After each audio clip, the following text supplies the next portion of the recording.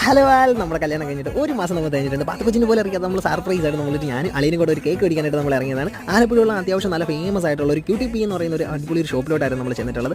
Budget friendly ആയിട്ടുള്ളതും നല്ല rate ഉള്ളതുമായിട്ടുള്ള ഒരുപാട് കേക്കുകളും കാര്യങ്ങളും നമ്മൾ കണ്ടായിരുന്നു. അതിൻ്റെ ഒരു ആംബിയൻസ് കാര്യങ്ങളായിരുന്നു കേട്ടോ എനിക്ക് ഒരുപാട് ഇഷ്ടപ്പെട്ടത്. പിന്നെ നിങ്ങളൊരു വിഷയം നമ്മൾ ഒരുപാട് പ്രതീക്ഷിക്കുന്നുണ്ട്.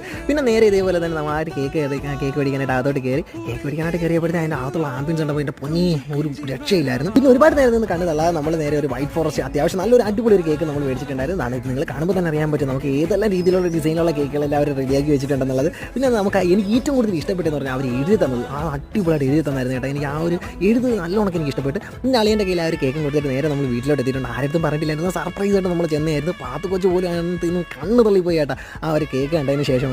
അവരുടെ എല്ലാവരുടെയും ആ ഒരു സന്തോഷം അതെനിക്ക് ഒരുപാട് ഇഷ്ടപ്പെട്ട ഒരു കാര്യം തന്നെയായിരുന്നു കേട്ടോ. അവരുടെ ആ ഒരു സന്തോഷം. പിന്നെ പാത്ത് കൊച്ചിൻ്റെ മുഖം കാണുമ്പോഴത്തേക്കും എനിക്കത് ഒരുപാട് സന്തോഷമായി. അപ്പോഴത്തേക്ക് എല്ലാവരുടെയും ഒരു വിഷയം നമ്മൾ ഒരുപാട് പ്രതീക്ഷിക്കുന്നുണ്ട്. അങ്ങനെ ഓക്കെ ബൈ.